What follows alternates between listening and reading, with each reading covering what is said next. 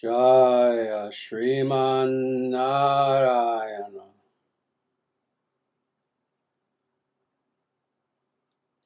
Jaya Bhagavan Shri Krishna.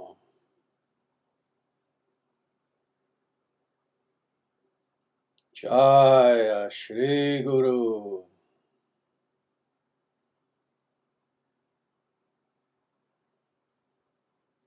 Sanatana Dharma Jayate.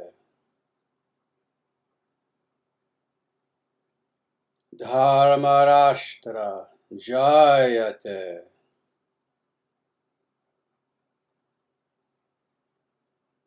Surya Vangsha Jayate.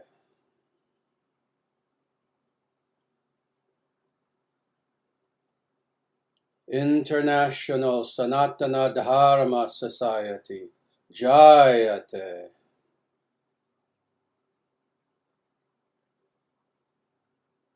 May Dharma be ever victorious. Evam Bhavatu. May it be so.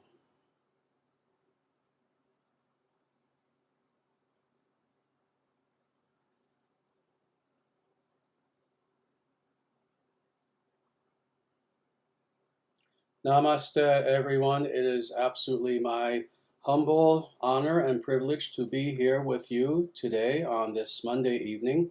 What is evening, at least for us here in the Midwest, in the Vedic heartland of America. And again, I thank you all very much for being here. Just a few things before we proceed that I wanted to say.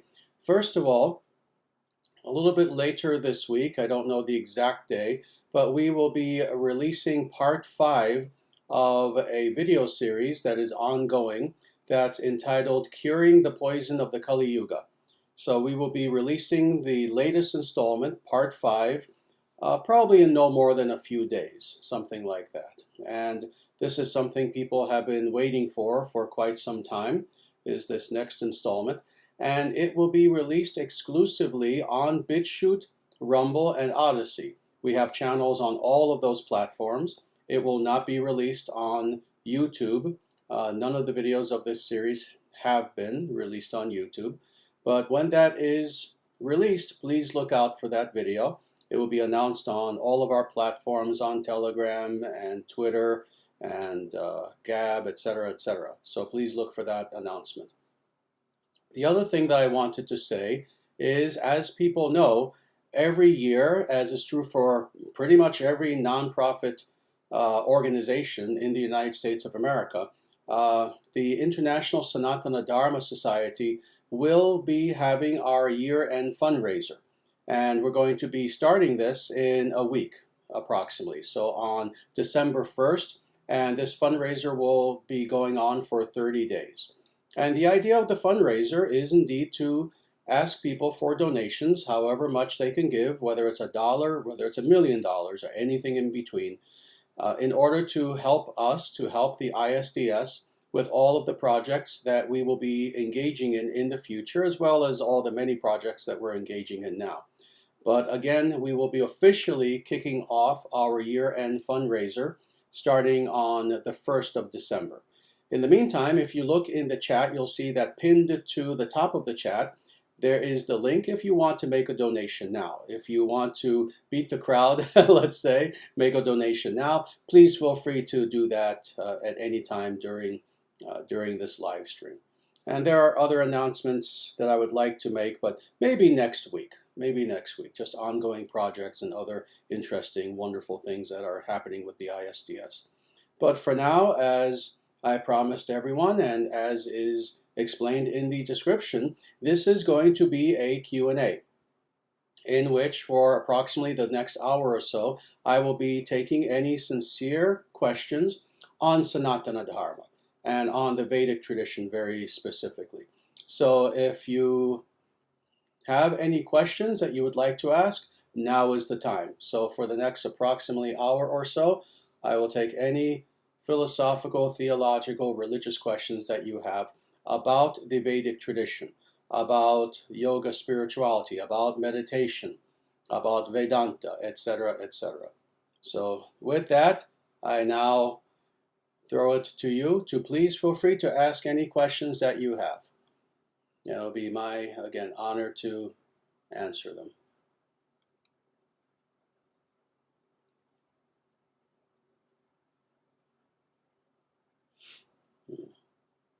Very nice. Here is the very first question. It's quite nice, actually.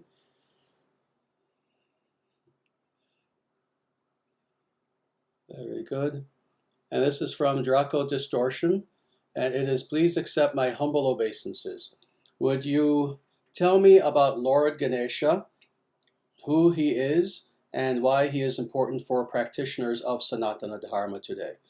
Absolutely, very nice. This is a very nice question, actually. And I've spoken about Ganesha. He's also known as Ganapati.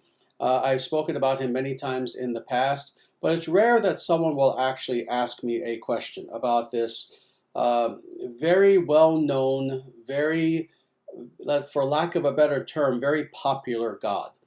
Ganapati or Ganesha, of course, he is one of the primary images that we think of when we think of Sanatana Dharma, the Vedic tradition, or Hinduism.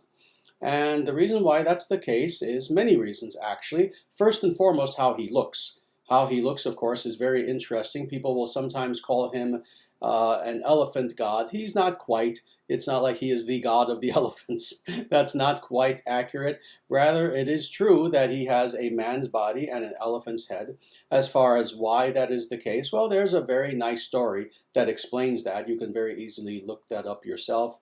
But as far as the significance of Ganapati or Ganesha, first of all, the names themselves, Ganesha, comes from, it's a compound of two words, Isha meaning Lord of, Gana meaning, let's say, the mass of people, the grouping of people. So he is the Lord of the people, one could say, and the people being the Vedic people. And by Lord, what is meant by Lord in this case, Isha, which is actually used in many different contexts. It doesn't mean Lord as in the supreme God.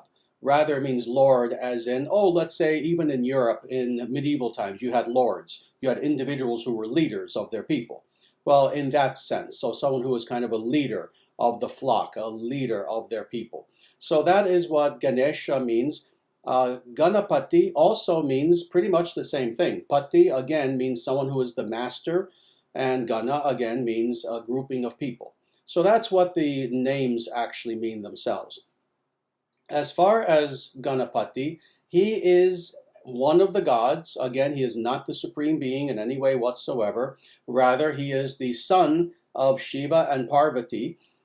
He is a demigod, even though he is extremely powerful. Again, he himself is a servant, first and foremost, of his parents, and ultimately of God, of Sriman Narayana. Indeed, Shiva and Parvati themselves are servants of Sriman Narayana.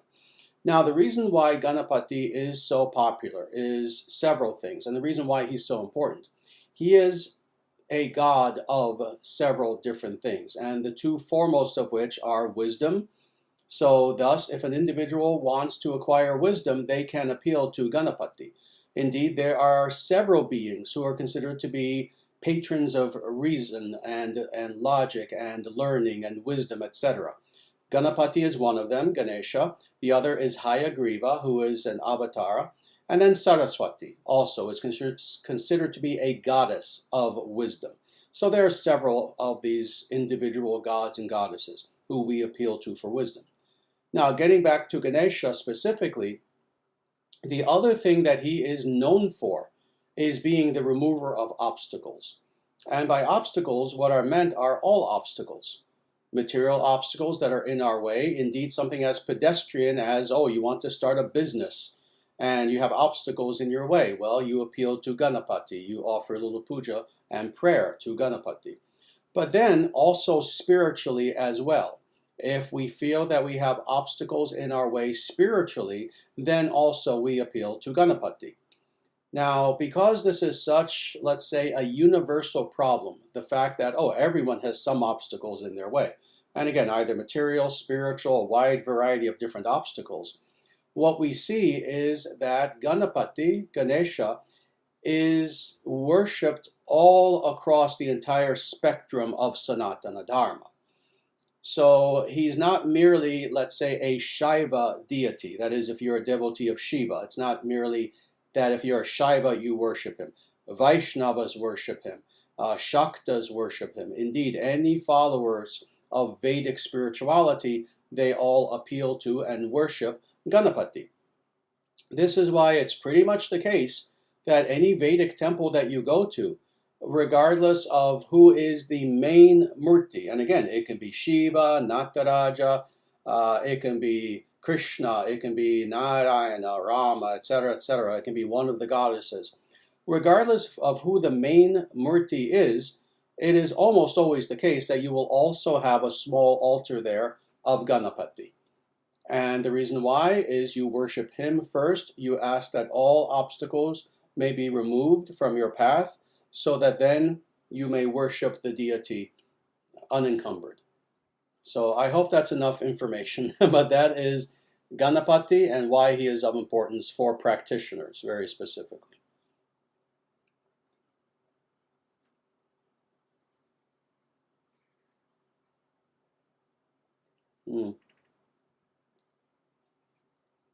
Here's a very nice, interesting question.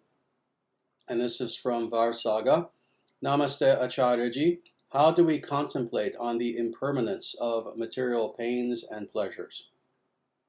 Very good. Let me say this humorously, but then I'll give you a serious answer. Very easily, because this is a realm in which, yes, there are pains and pleasures, and we understand that they come and go, and that they, to quote the Bhagavad Gita, to quote Lord Krishna, they're like the winter and summer seasons, and they come of their own accord. So indeed, we experience pains and pleasures all the time. Now, what you're asking, of course, is something deeper, because every being experiences pain and pleasures, indeed, even the animals, even beings who can't really contemplate or think very philosophically. Every being who is alive, indeed, for that matter, even the gods. You know, people think that the gods experience only pleasure. Well, the gods engage in war. They can die. They can be wounded. So, indeed, even the gods experience pain and pleasure. Maybe for them a little bit more pleasure than pain, but still, every being experiences both. But to experience and to contemplate are two different things. So I'm very glad that you use this wording. In order to contemplate the pains and pleasures of this world, one must do this indeed as a contemplation of one's experiences, myriad experiences within the world in a detached manner. So in other words, again, everyone having gone through such things that, oh, one day things are great, the next day things are terrible, even switching back and forth within one 24-hour period. What is a nice contemplative exercise to do is indeed to sit in a very quiet place, and not so much as a meditation, but a contemplation. There is a difference between the two.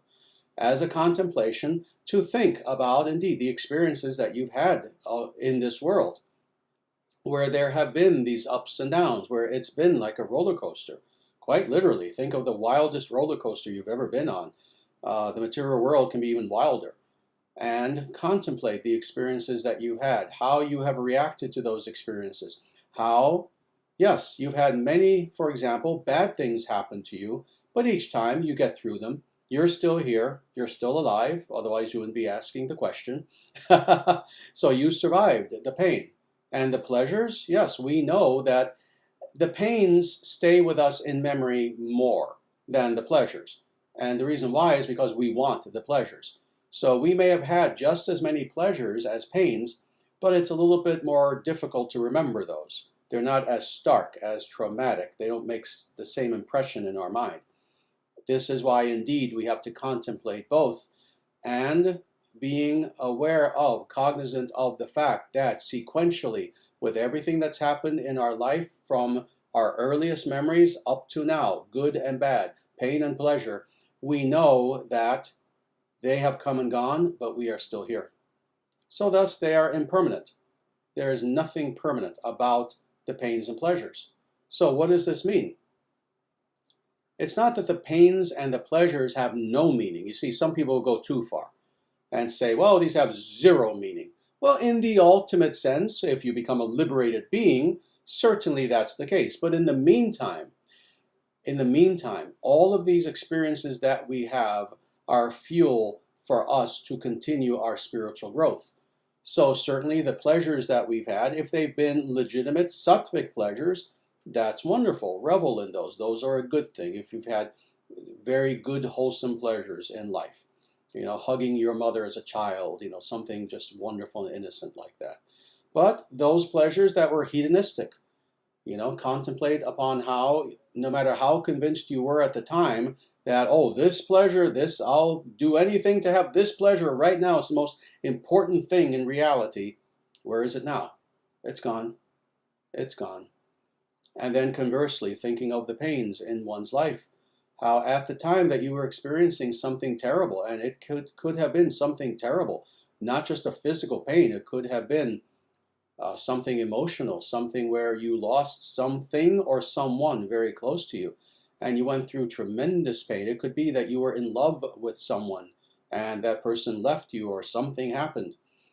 And at that time of the pain, of course, it seems like that pain has expanded to become the entire scope of your experiential world. And there is nothing else. And you can't even imagine that pain ever ending and going on with life. And yet you did. And yet you did. And for many of us, multiple times, actually. Multiple times. So in this way, in contemplating our own experience, we understand that these are indeed very impermanent. We understand that these pains and pleasures indeed come and go. And this is why Krishna says this, like the winter and summer seasons, is because especially if you live like I do in a place where there are 4 seasons, and both the summer and the winter can be pretty extreme, we know that, for example, for us here in Omaha, I know it's different in other places in the world, especially south of the equator. But for those of us here in Omaha, oh, we're heading into serious winter now. It's getting cold to the point where, on average, it's in the 30s now. It's going to get colder. Well, we can bemoan the fact that we are now suffering through this. But if we are wise, we understand the impermanence of winter, the impermanence of pain. And we understand that just naturally, if we get through the pain of winter, there will be summer again. And then vice versa. We can't be too attached to summer either. Well, in the same way, regardless very often of how much we do everything in our power to seemingly derive pleasures from this world and avoid pain, it's not always in our hands. This is what Krishna was saying by pain and pleasure being like the winter and summer seasons. We can't control when winter is going to come. We can't stop it. Same thing with summer. So in this way, what we are to do is internally to transcend both the pleasures and pains of this world, understanding that ultimately, indeed, they're all temporary. This world is temporary. My place in this world, my experiences in this world, materially speaking, are temporary. They are not permanent. And rather, what we are to do for true happiness is to latch on to that which is permanent, the opposite of the impermanent. We are to latch on to that which is eternal, to that which is true, and that we find in ourselves as our own consciousness, our own Atman, but even more, that we find as the source of our Atman, Paramatman, that is God, what is commonly referred to as God. Sriman Narayana is the name of God in the Vedic tradition. So I hope that answers the question for you. This is how we contemplate. And maybe let me just say this one last thing, because I kind of hinted at this. Meditation and contemplation are indeed quite different. With meditation, indeed, there is no thought that is occurring. Rather, you are focusing on that one object of meditation, whether it be mantra or murti or whatever that specific thing is. Whereas with contemplation, contemplation is thinking in a meditative mood. That is what contemplation is. So indeed, there is a difference between the two. But I hope that answers the question.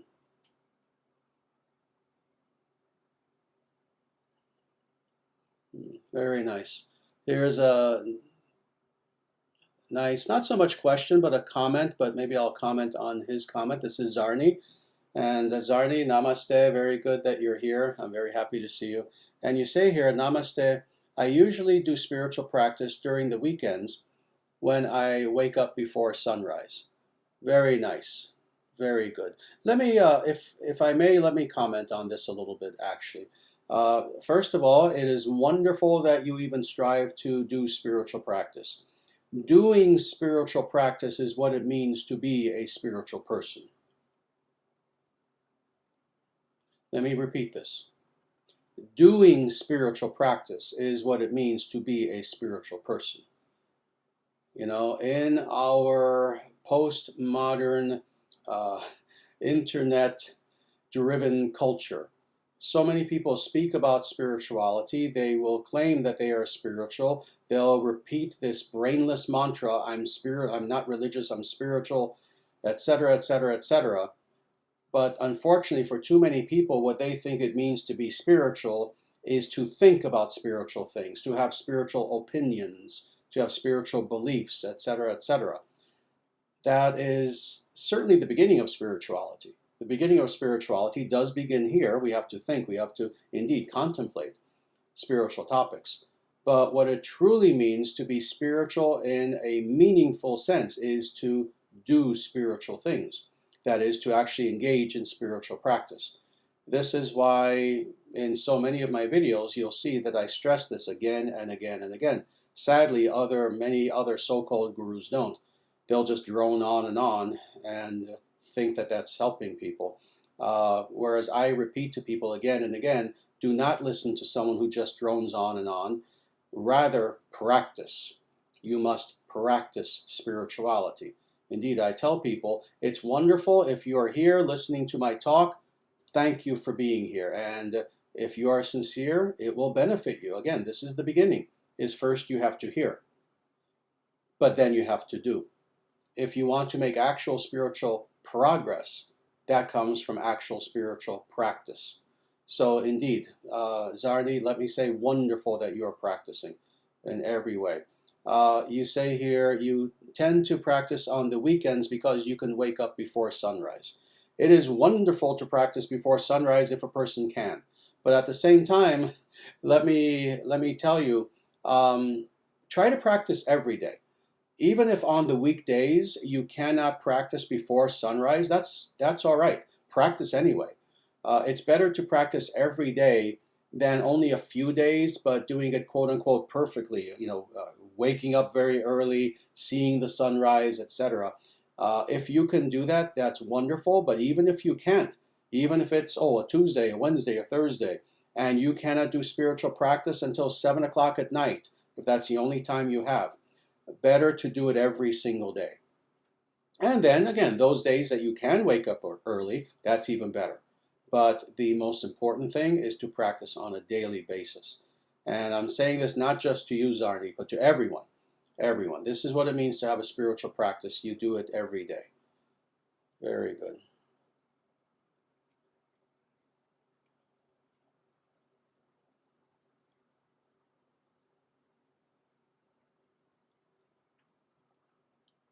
Very good.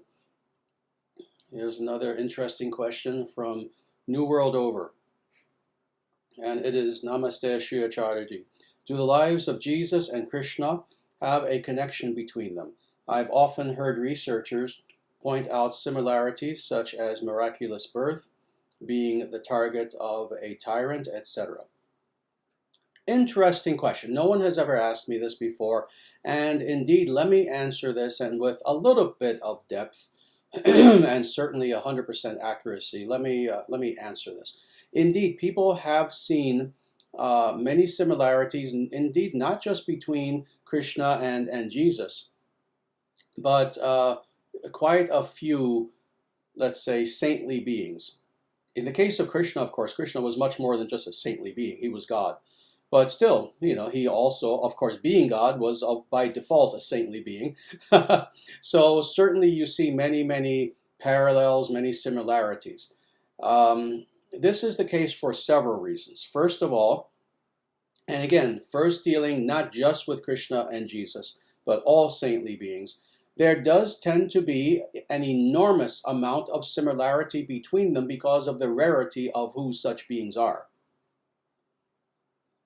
We sometimes forget the rarity and the nature of the personalities who we are talking about when we're talking about people of such a high stature. Let's say rishis, liberated yogis, someone like Jesus, someone like the Buddha, like Lao Tzu, etc.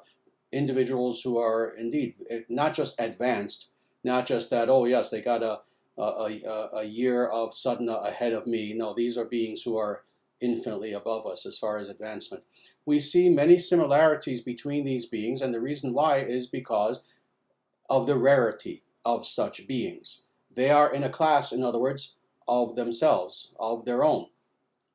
And that being the case, of course, there will be many similarities, including that often they'll be born in a very unique way to show the fact that they're a different being, that they're even born as a different being.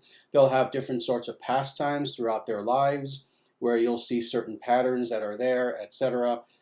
Certainly, you will see similarities in their teachings.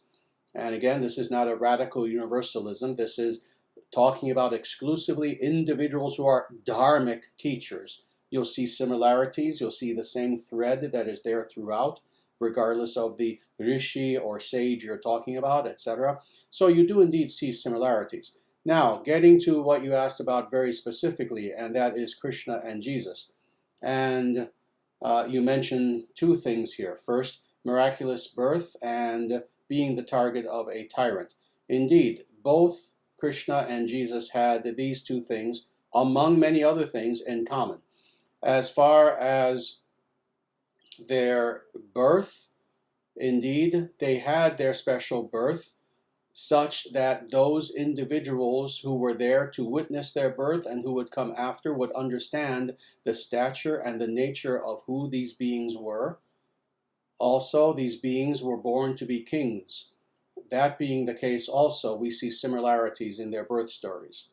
Now, getting to the other thing that you mentioned, being the target of a tyrant. Yes.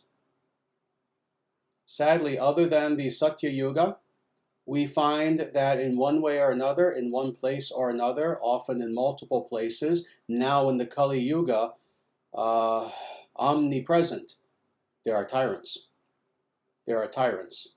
And what is one of the reasons why specifically an avatar comes? Now, let me back up. An avatar, whether a Purna or an Avesha avatar. That is, whether an individual is a direct incarnation of God or whether they are a human who is empowered by God. What is one of the reasons why they come? Vinashaya dushkritam. To annihilate the miscreants, to annihilate the evildoers, to annihilate the tyrants. So indeed, the fact that they were both, quote unquote, persecuted by tyrants, yes, this is not surprising. This is one of the reasons why such beings appear upon the earth. Again, something that was very widely known in traditional times, but now in modernity we've forgotten everything, that truly great teachers who are Jagat Gurus, who are teachers who come to the earth with a universal mission to change the world. They come not merely to teach. Oh, they teach. Oh, they teach. They not only teach, they restore the teachings that have been lost. But also, they come to eliminate tyranny, to eliminate oppression, to eliminate suffering, and to eliminate those evil individuals who are ruling over society who are causing the suffering. So this is what we've seen historically. So thus Krishna came, and indeed there were tyrants upon the earth, and he eliminated them. He eliminated them, and he reestablished Dharma. Similarly, with Jesus, He himself, of course, being an Avesha avatar, so not having quite the same powers as a Krishna. With Jesus, of course, he could not literally eliminate such tyrants, but he provided the teachings through which, if one follows them, indeed, one can become empowered to eliminate such tyrants. So, indeed, this explains the similarity specifically between Krishna and Jesus.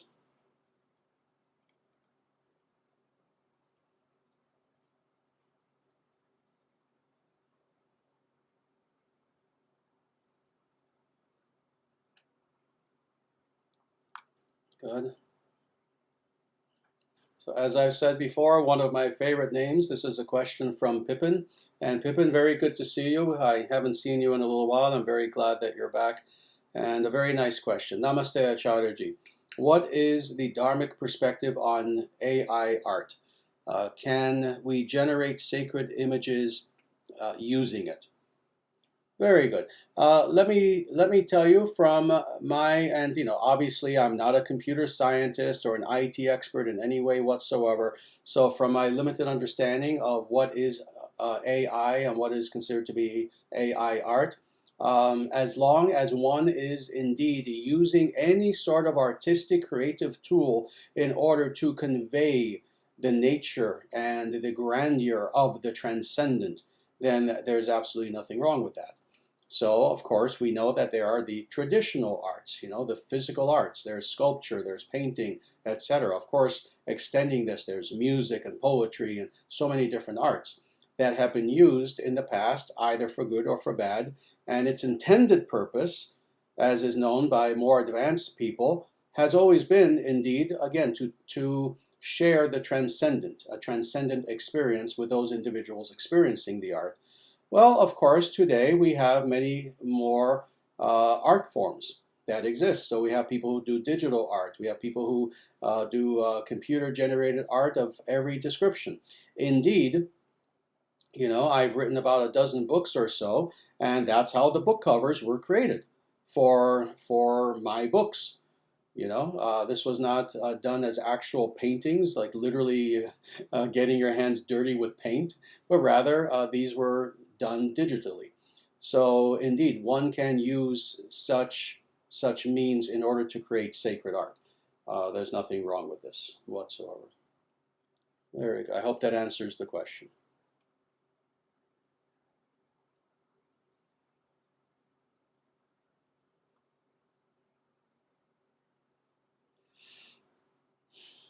Very good. Here's a very nice comment from Vedic Heartland. Namaste, Sri Acharyaji, Dandavat Pranam, and likewise. Many things are happening very fast in my life, and I have this fear of uncertainty. But I think it will be okay with your blessings. I am very grateful. Thank you. Well, let me say that for whatever they're worth, you absolutely have my blessings in every way, such that you will have peace, you will have prosperity, you will have good things come to you, and you will continue in your spiritual growth with the eventual goal of indeed knowing God intimately. So for whatever little they are worth, you have my blessings on that. And with the things that are changing rapidly in your life, I hope that they're mostly good things, and maybe in the future you can share those with us.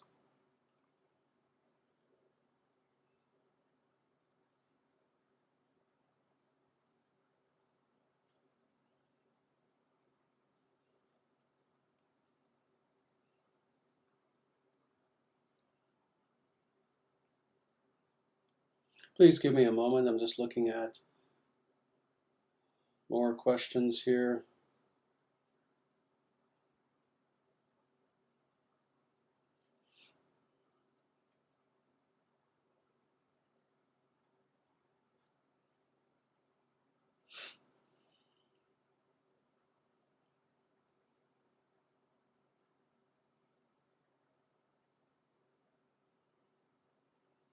All right, here is an interesting question from Rupesh Ram Kisun, and it is, Namaste Guruji, thank you for your wonderful satsang. Is it true that after death we are placed before God who has a book of all are good and bad, and that is how we are judged. Thank you. Not quite what you're describing sounds more Christian than anything. Indeed, there are a lot of popular depictions in movies and TV shows, etc., where there's this idea that when you die, you first of all, regardless of who you were, good person, bad person, that you appear before God, and God has some sort of book of life, some massive book, and he'll kind of read it and maybe read it to you and go over all the good things and bad things and then kind of weigh you on a scale. And yeah, that's Christianity. That's not something we believe. We don't believe in such a concept, after death concept, for multiple reasons. First of all, we're not Christians in any way, shape, or form. We are followers of Jesus in that we believe that Jesus, who is otherwise known in Sanskrit as Ishaputra, we believe that Jesus was a Vedic master, a Dharma master, that all of the theological dogma, the Christological dogma that appeared many hundreds of years after him, was exactly that. It was just concocted, and it had nothing to do with Jesus himself. So we follow Jesus, but we don't follow Christianity in any way. We are followers of Sanatana Dharma. Hindu. We are quote unquote Hindu. We are followers of Vedic spirituality. I don't know how to make it more clear. We're not Christians. So no, this does not occur. Rather, what occurs at the time of death is very much in accordance with the karma of the individual and the spiritual state of the individual. That is, we are all radically individual beings. We are Atmans. We are all persons. That being the case, having sojourned within the material world, the cycles of birth and death, and having created almost an infinitely complex mesh of karma, both good and bad, for ourselves, we create our own destiny. We have our own individual experience when we leave this world. And in some cases, we leave the world and we've been such good beings, such good humans, that we become a god. In other cases, we were so evil, so bad, that we become a demonic being, but a very suffering demonic being, or we become an animal, or we become subhuman, or something like this. And then there are an infinite number of other fates that we could have. We could be born again as a human, again and again, etc., etc. And that is all in accordance with our individual karma. So it is not the case that when we die, we are before literally God. Rather, God being the purest of the pure, the only way that we can ultimately be before God is if we purify ourselves perfectly and come to the point of liberation, come to the point of, there are so many Sanskrit words for this, moksha, mukti, nirvana, kaivalya, that is, come to the point where we have fully transcended our illusion that we have had for however long, and we have replaced that with enlightenment. Enlightenment meaning we have full self-realization, we know ourselves perfectly, the illusion gone, and we also have God consciousness. It is at that point, and that point alone, that we are now face to face with God himself in the highest. Shriman Narayana. So I hope that answers the question.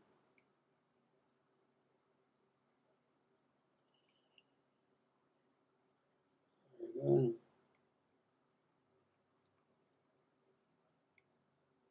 Draco Distortion, my pleasure for answering your question.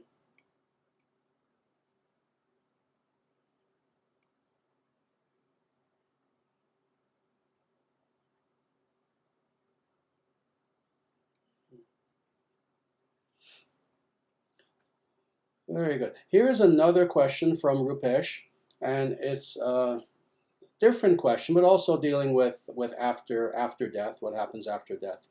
And this is a very interesting question, so I'm going to answer this as well. And it is, Namaste Acharyaji, please enlighten us about the process after death. Do we have to go to Pitraloka first before rebirth? Also, after rebirth, do we have to leave Pitraloka? Thank you. Very good question. And let me, again, answer this extremely accurately.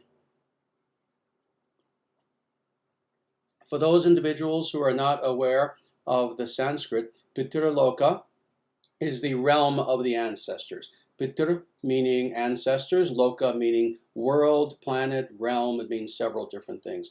So this is what Rupesh is asking about. Is upon death, do we go to Pitraloka, and then when we have to be reborn, do we then leave it? The answer to both is no. And let me deal with both of these. That is the going to Pitraloka that you ask about, and then the leaving. Let me answer this in that order. First of all, this is something that, again, not everyone knows. Some people do, actually, because this is described in the scriptures. Interestingly, it's described not only in the scriptures, it's described also in the Iliad and the Odyssey and several other epic works, interestingly, throughout the world. I'm not surprised that the Iliad and Odyssey got this right, actually, but some people might be. But again, this is also described, this entire process, in the Vedic scriptures. So the realm of the ancestors. We know that we are to offer Pitra Puja, ancestor puja, worship of the ancestors to our ancestors. Now, what's interesting is what a lot of people are not aware of is that the souls, the Atmans of our ancestors are not located in this realm. Rather, what is located in this realm are the psychic remnants of our ancestor that was left behind, while the actual Atman of the person, our great-grandfather, our great-great-great-great-grandmother, whoever it is, the Atman has already moved on to whatever its karmic destiny is. Rather, there is an impression of the person that is there in Pitraloka, in the realm of the ancestors. That is who we are communicating with. That is who we are worshiping. That is who is giving us blessings. Now, that is still connected to that Atman who has reincarnated until it gets to the point where it itself eventually, over time, fades away. But at the same time, while you could not say strictly that that ancestor is a living being in the normative sense, because again, the Atman has moved on, at the same time, there is still a psychic connection between the Atman and that leftover impression of the ancestor. So I hope this makes it clearer, and not the opposite. But again, it's actually not very complicated. So this is why, interestingly, even, and I've pointed this out, in ancient Greek religion, the ancestors are called shades. They are known to be shades, and that's what they're termed. Well, that's very accurate, actually. That's also the Vedic teaching, the Vedic principle of when it comes of what are the ancestors. Again, the Atman is not present. The Atman has already reincarnated, but an impression of who that person was in that life remains for a certain period of time. It can be thousands of years. It can be multiple tens of thousands of years.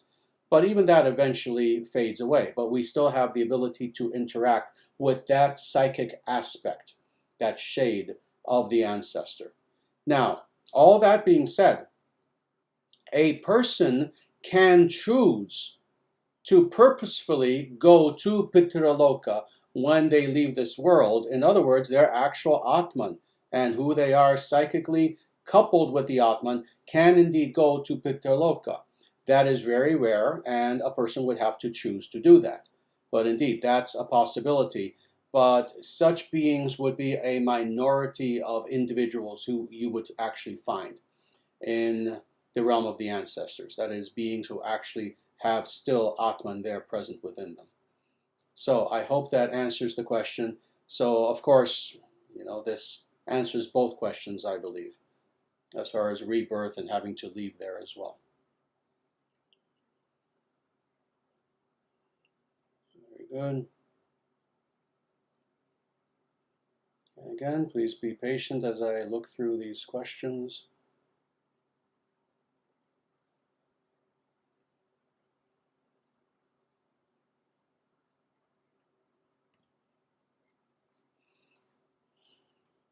Very good. Here's another question from Draco Distortion, and it's a very sincere question, but let me definitely answer this so there's no doubt about the answer. How should someone interpret a dream where they become Sri Krishna? I know I'm not Krishna, but I have dreams where I become him and tell myself wise things. Is this Maya trying to deceive me? The answer is yes. That is precisely what it is. It is never ever good to in any way have the fantasy that we are God.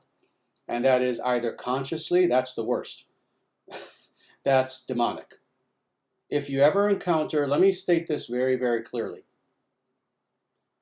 And I'm speaking not just to Draco Distortion, but to everyone who's listening and who will see this video in the future.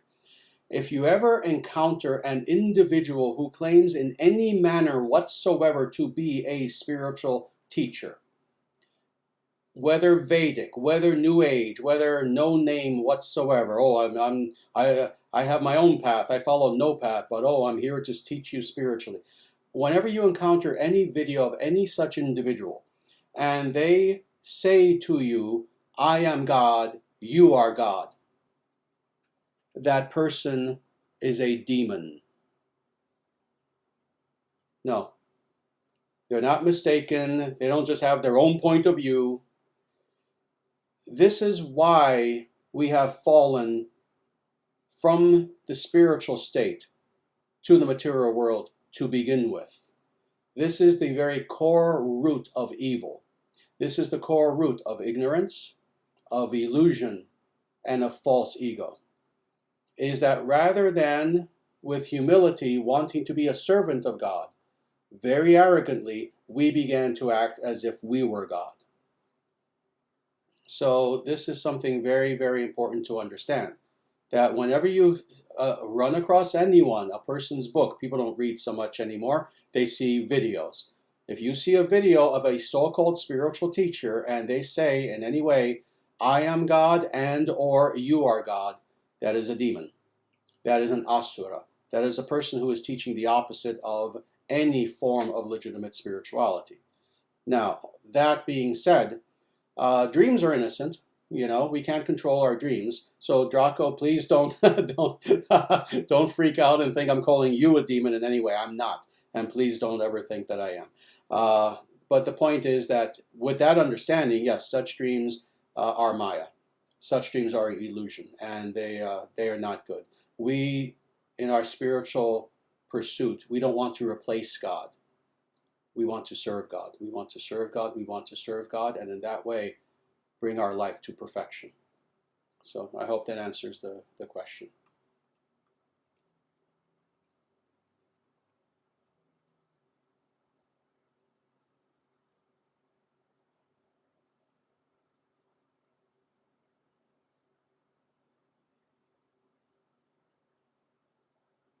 Give me a moment. I'm trying to read this question here.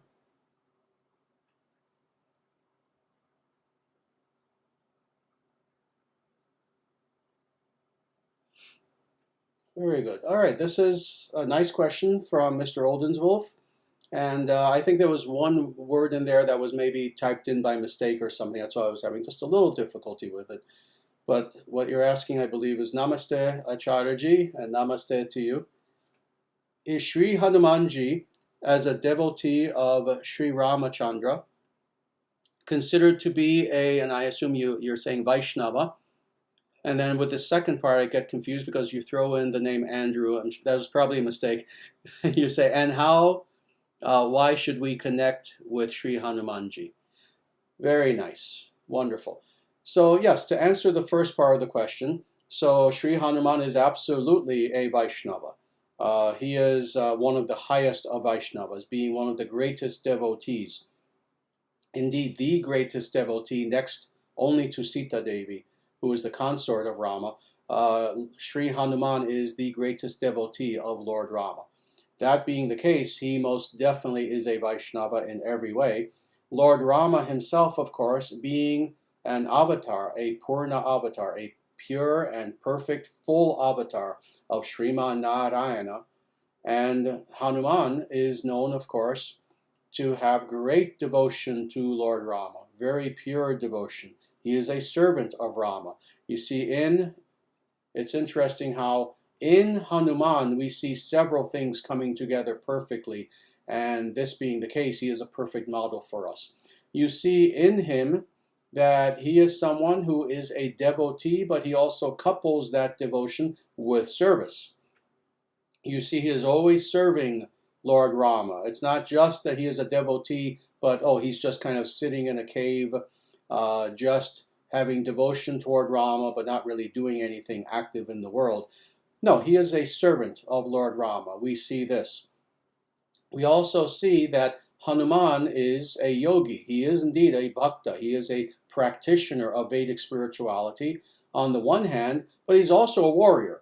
He's also a kshatriya. He is also someone who is one of the fiercest of warriors. Indeed, when the Battle of Lanka takes place and Lord Rama with his army conquers Sri Lanka and they defeat Ravana, we see that Hanuman is one of his greatest warriors. Indeed, he is a warrior even before they attack, actually. He goes to Lanka himself, previous to the war even taking place. So again, in Hanuman, we see the reconciliation of many different things, but it also shows us how we are to be as Vaishnavas. We are to be everything and anything that is natural to us in complete reconciliation and in the service of God. So we can be a great devotee and we can be a warrior. We can be someone who is a bhakta, but also a yogi, but also someone who is a servitor of God, etc. So indeed, Hanuman, Sri Hanumanji is one of our great gurus.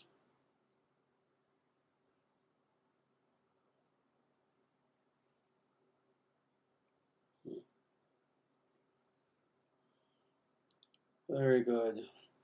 So this is a question from Jurikur, and the question is there anything in the Vedas about self-defense? I am learning how to protect my family for when the hard times come. There is a lot in the Vedas about self-defense, quite a bit actually. From stories to then very practical advice, there is quite a bit that's there. Strategy, weaponry, etc., etc. So it's a broad question. Let me just say there is indeed a lot of information that's there, much of which you can find pretty easily.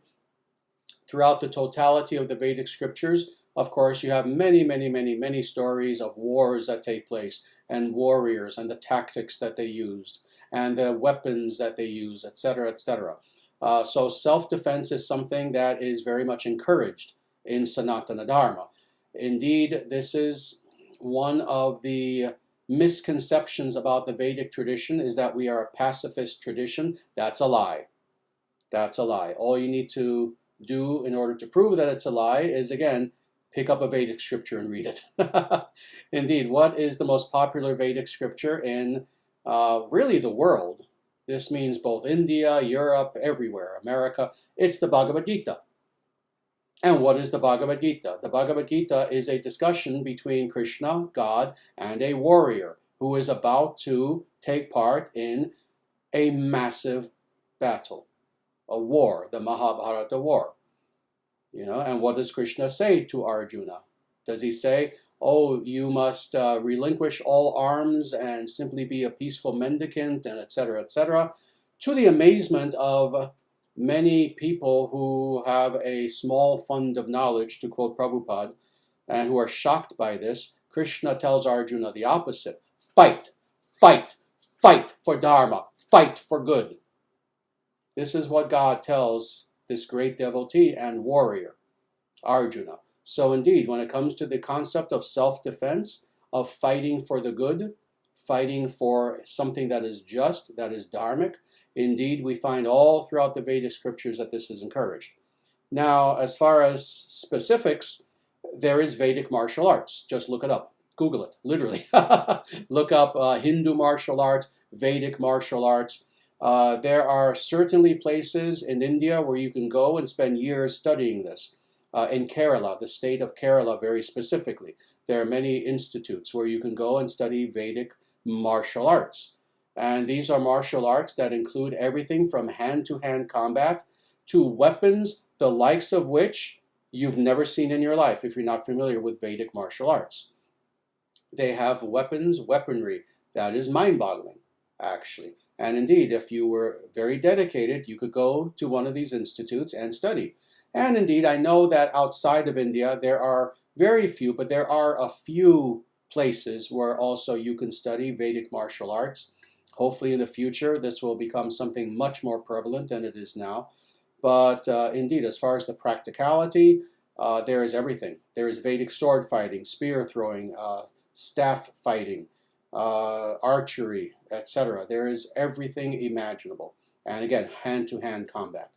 So indeed, in Sanatana Dharma, we encourage self-defense. Not offense, not bothering people, not going out of your way to harm people for no reason whatsoever, but purely in self-defense to defend yourself, your family, your neighborhood, your nation, your people. Yes, self-defense is encouraged.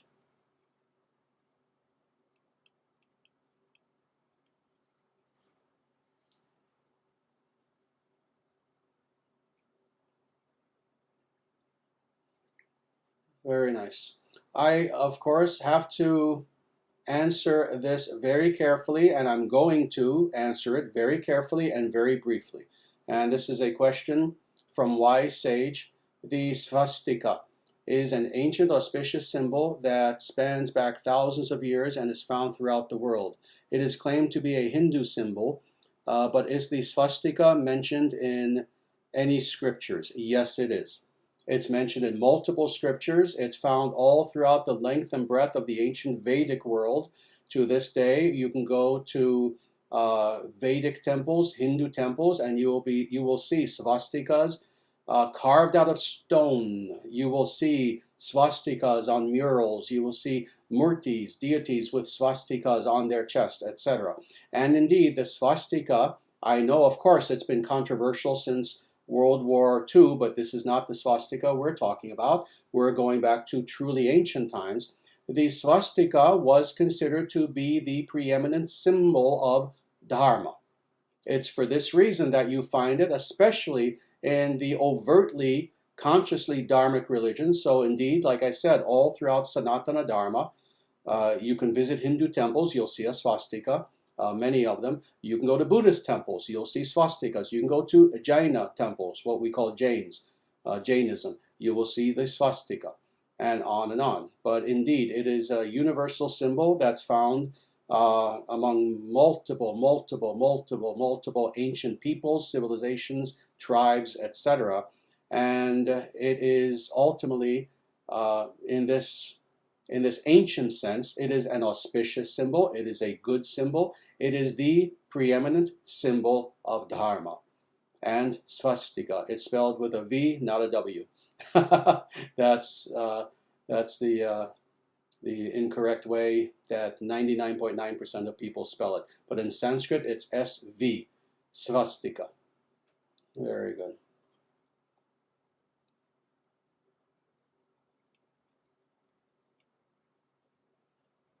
We're at the top of the hour.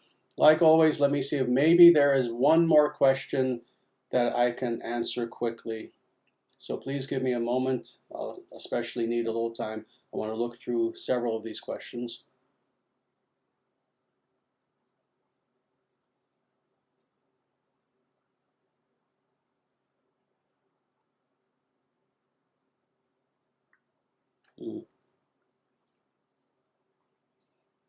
This is a nice question that I will definitely answer because it's a very practical, very important question that I'm sure many people have experienced. And this is Blue Suzaku, and it is Namaste Acharyaji.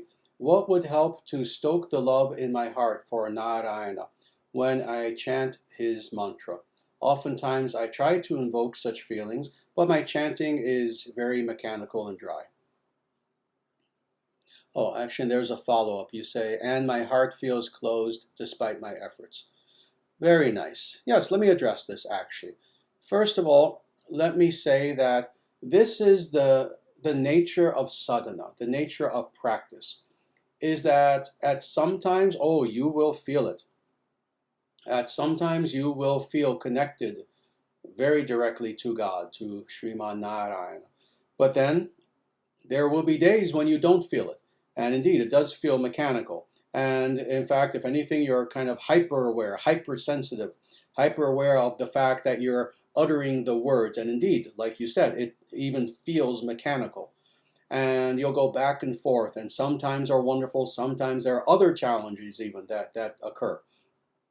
And let me say, first and foremost, the important thing is to understand that this is the nature of sadhana, that there will be dry times when it's not always just your life brimming with nectar every time you do meditation and recite the mantra. There will be times when it seems dry.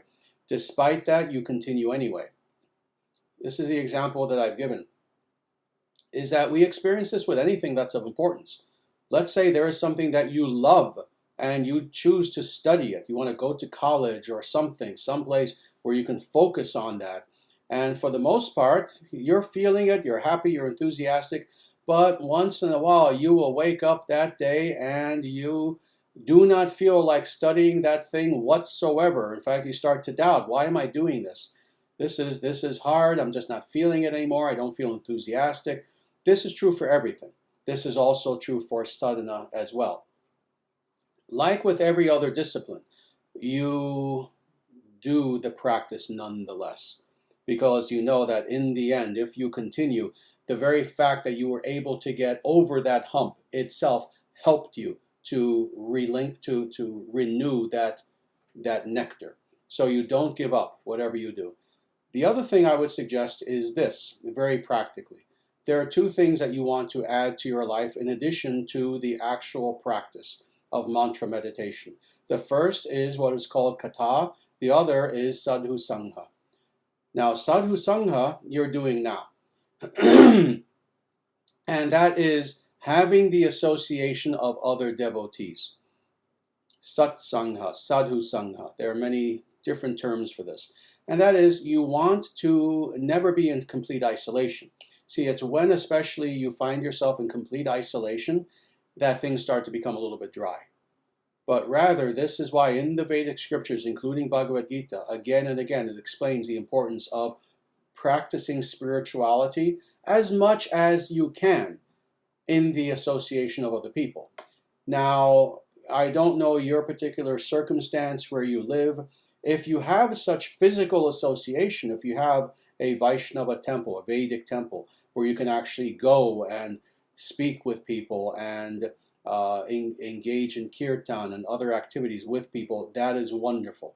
But let's say that, as is the case with many people today, let's say you don't have that luxury. Well, please take advantage of the fact that we have this thing called the internet, which is mostly used for bad, frankly. The 90% of the internet is used for garbage. Well, 10% is not. And an even smaller number than that, an even smaller percentage, is used for transcendental purposes. And if you have no one to associate with in real life, oh, please join our Discord server. Something I always tell people again and again. You will find hundreds of ISDS devotees to associate with, to talk to become friends with. And this will nourish your soul, and it will nourish your practice. That's the first thing. The other thing is kata. And that is, in addition to meditating upon the names of God, understand why you're meditating upon the names of God and understand who that person is. So in other words, as much as possible, try to read about God. So what I mean by this is, read the Vedic scriptures specifically where it has the stories, descriptions of God. And this means both Sriman Narayana, but also the avatars. So we were talking about Rama a short time ago.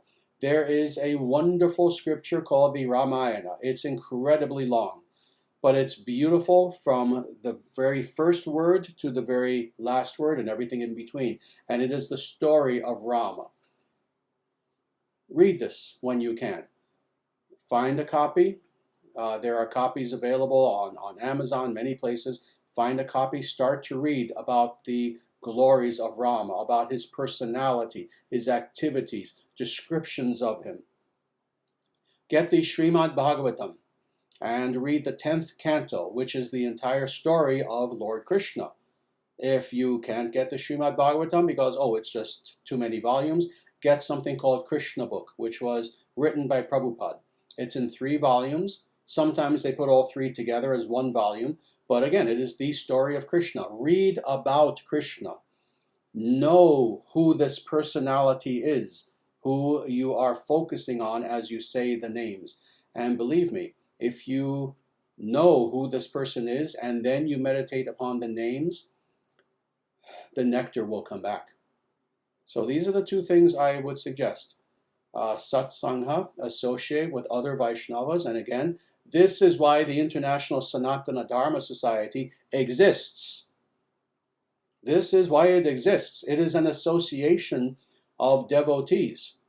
So please, again, join us, join our Discord server for live chat, etc. All sorts of live things happen there. It's a fun place, actually. Once in a while, I even appear and I'll do a sudden Q&A with people. It's usually not announced. I like to do it that way.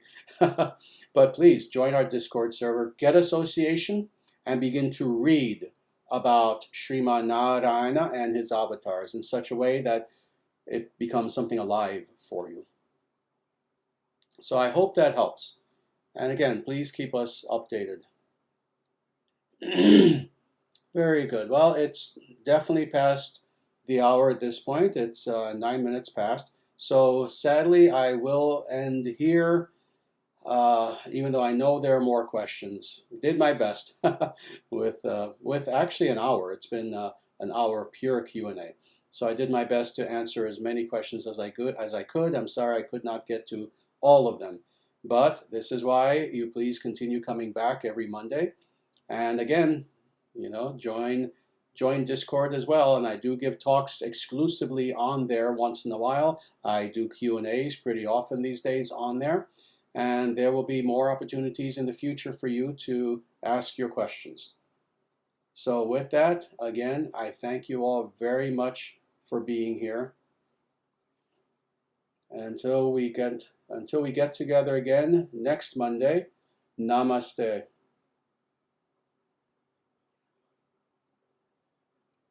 Jaya Shriman Narayana. Jaya Bhagavan Shri Krishna.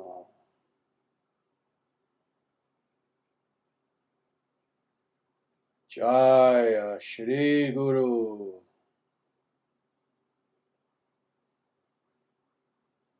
Sanatana Dharma Jayate.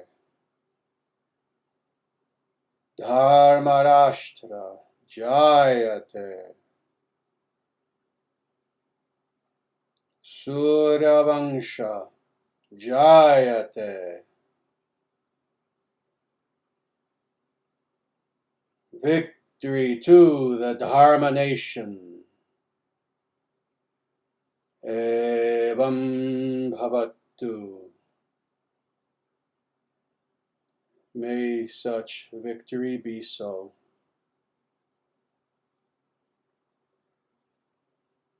And so it shall be.